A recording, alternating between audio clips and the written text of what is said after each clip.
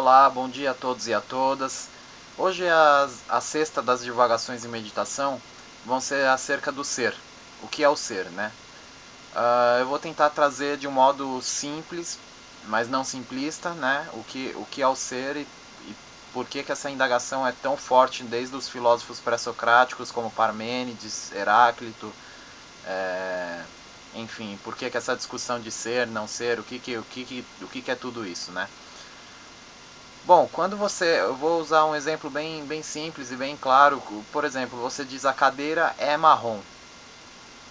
O que é esse que junta a cadeira e o marrom e que está no meio deles e não é nenhum deles, né? Que de alguma forma transcende, e aqui, para aqueles que não sabem, transcendência significa estar para além do mundo, né? Transcendência é aquilo que vai para além do mundo sensível e que vai para além do mundo das aparências, usando uma terminologia platônica, vamos dizer assim.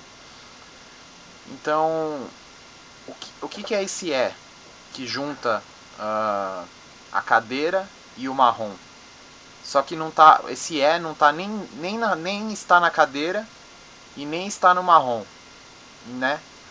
E quando você fala isso é alguma coisa, o que é esse é? Esse é o ser, né?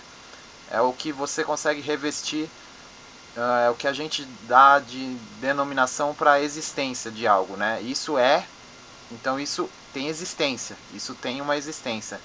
E o que fundamenta essa existência, né? Aí eu vou ter que trazer um pouquinho de filosofia e eu vou ter que ser um pouquinho, talvez parecer aqui erudito, né? Porque não tem muito como escapar dessas. A questão do ser é muito filosófica, tem muitos pensadores enfim, que pensaram, né, na questão.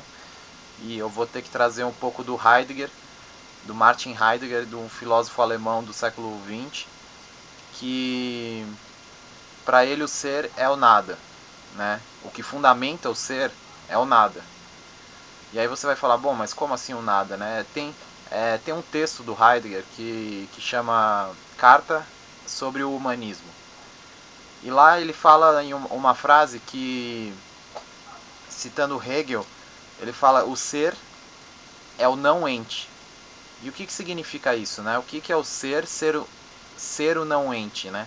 E aliás, o ser, segundo eu li em outro autor que eu não vou lembrar agora qual, ser é a única palavra que para definir eu uso ela mesma. Ela é autorrecorrente, não tem como fugir do ser para falar do ser. Porque, por exemplo, se eu for querer falar o que é uma cadeira, eu não posso falar cadeira é uma cadeira. Porque eu não vou estar descrevendo o que é uma cadeira, não tem sentido. Eu tenho que usar de outros. Eu tenho que falar, a cadeira é um local em que você se senta. Aí a pessoa, mas pode ser um banco? Não, banco é diferente de cadeira. Então, e aí você vai tentando criar descrições do que é uma cadeira, sem usar cadeira, né? Por óbvio. Enquanto que o ser, você fala assim, o ser é isso. Então, é recorrente, você usa para tentar explicar o ser, você continua usando o ser, então você está sendo autorreferencial, você não consegue sair do ser para falar dele, né? E é uma das palavras mais enigmáticas da linguagem é o ser. O que é o ser? E é por isso que atormenta tantos filósofos e pensadores da linguagem, enfim, porque o ser não tem como você explicar sem sair dele mesmo. Ele fundamenta tudo que você está. Quando eu falo só a palavra cadeira e vem na sua cabeça uma ideia de cadeira, isso é o ser da cadeira. Isso é a cadeira, né? Então, mesmo que eu não use a palavra ser, eu estou indiretamente usando a palavra ser. E aí vamos lá, vamos voltar para o Hegel quando ele fala que o ser é o não ente. O ser sendo o não ente é tudo aquilo com que o homem consegue se relacionar. O ente pode ser tanto uma emoção, tanto uma coisa que eu pego, essa webcam que está na minha frente, o computador que está aqui, um livro. Isso é um ente, e está nas palavras corriqueiras. Às vezes a gente fala, um ente querido. É uma coisa com que você consegue se relacionar. É um ente. E o ente não é só uma coisa física.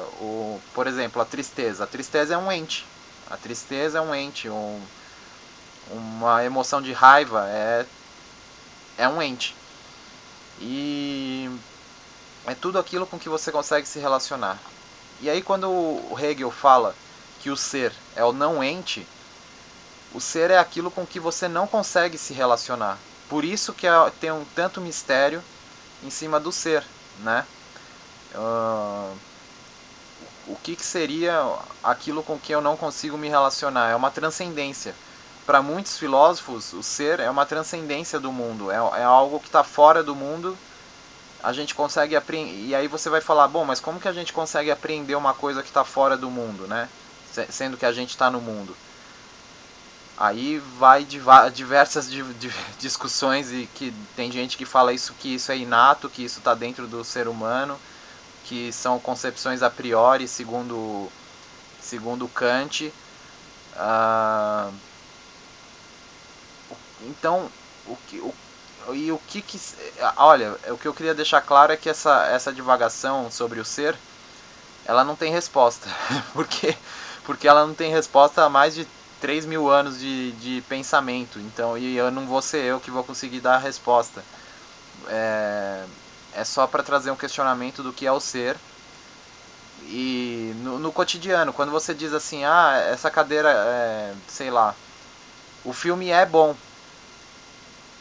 O que é esse ser, né? Esse verbo ser? O que ele é dentro dessa frase? O que ele não está nem no filme e nem no bom, né? Como eu disse, né? Repetindo, esse ser, e no entanto ele fundamenta o fato do filme ser bom, né? Ele, enfim, é um pouco complexo e complicado. Essa das divagações vai ser uma das que vai ficar complexa e não tão didática, né? E aí, por que o nada fundamenta, então, para o Heidegger o ser? Porque, como ele é um não ente, e há uma transcendência de você ultrapassar o mundo para poder compreender as coisas que estão nele e organizar os entes, aquilo que você consegue se relacionar, tem uma ultrapassagem. Ele usa o termo, acho que se não me engano, ultrapassagem. Você ultrapassa o mundo, consegue compreender o ser, o ente na totalidade que ele fala. Esse ente na totalidade é o ser, é o próprio ser. E aí ele fala que o homem é o Dasein. O que é o Dasein? É o estar aí. A maioria dos tradutores traduzem Dasein como ser aí.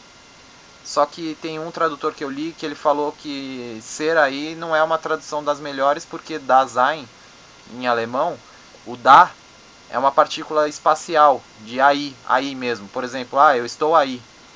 E quando você fala aí, é uma questão espacial, o sein se torna estar.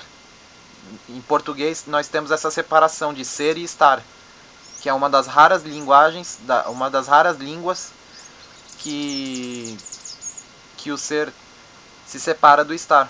É uma das raras línguas, né? A maior parte das línguas, por exemplo, o inglês, o verbo to be é ser e estar junto. Você é e está ao mesmo tempo. Em alemão também, o verbo sein, e enfim, em outras. O verbo être em francês é ser e estar. Não tem essa diferenciação que em português tem de ser. Você é alguma coisa e você está alguma coisa, com essa diferenciação. E isso tem implicações filosóficas, né? Porque o que você é não é necessariamente o que você está, né? Se você falar eu estou doente, não é que você é doente para a eternidade, você é uma pessoa doente e tal. Enquanto que se você falar eu sou doente, você está dando uma característica de que o seu ser ele é doente para sempre, não tem muito como você mudar isso, né?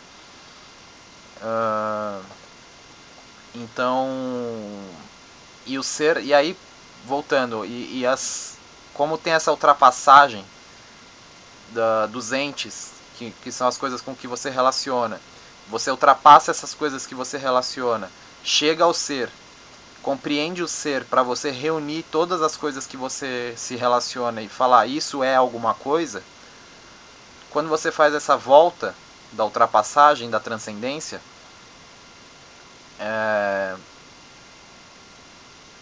esse ser que é a ultrapassagem, que é a transcendência, vai qualificar tudo com que você se relaciona.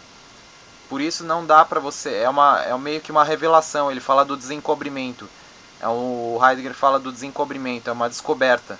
Descoberta no sentido de que algo está coberto e você descobriu, você tirou a cobertura daquilo. E aí aquilo passou a ser uma visão para você, né? É nesse sentido que ele fala da aletheia, da verdade como desencobrimento, de que você consegue, é meio que uma revelação, quase mística, né? Quase não, bem mística mesmo. É uma revelação no sentido até cristão, de que você revela as coisas, você tira o véu, tem um véu cobrindo as coisas, e você tira esse véu a partir do ser, quando você ultrapassa e tem a transcendência. Então,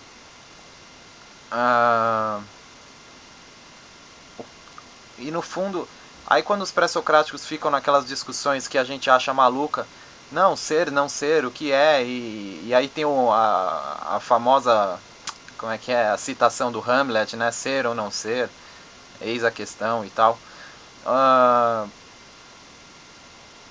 Ser é uma coisa que você diz que existe, né, que você consegue, que você ultrapassou o mundo, e agora você consegue reunir todas as coisas que você vê e falar isso é alguma coisa, isso é aquilo, isso é tal coisa. Quando você volta para o mundo e diz isso é isso, bom, então tem coisas que não são isso. Eu sei que essa discussão, essa divagação vai ser meio maluca para alguns, mas eu tenho que fazer. E aí, se tem coisas que são e algumas coisas que não são, onde se reúne um ser maior que reúne tanto as coisas que são e as coisas que não são, né? Por isso o embate do Parmênides, do Heráclito, o Heráclito reúne ser e não ser num ser maior, vamos dizer assim. Para ele, ser e não ser é o yin e yang, vamos dizer assim. É o preto e o branco que se somam, a dualidade se soma numa unidade, né? Já pro Parmênides só tem ser, e o ser é imutável, ele não tem o devir que tem pro Heráclito, né? Bom, eu acho que eu vou finalizando essa divagação sobre o ser. Eu espero que tenha conseguido trazer um pensamento. Eu acho que não foi tão didático como eu queria. Essa divagação foi um pouco mais pesada filosoficamente, mas espero que tenha conseguido tocar de alguma forma um ou dois para pensar o que é o ser e trazer essa questão para a originalidade dela, que é o pensamento básico da filosofia, o que é alguma coisa, né? O que é o ser, como a gente consegue definir a existência, qual o fundamento da existência. E aí para o Heidegger é o nada e para mim também é o nada, mas o meu nada é um nada mais no sentido budista. É um nada primordial que rege todas as coisas e permeia todas as coisas. É um nada que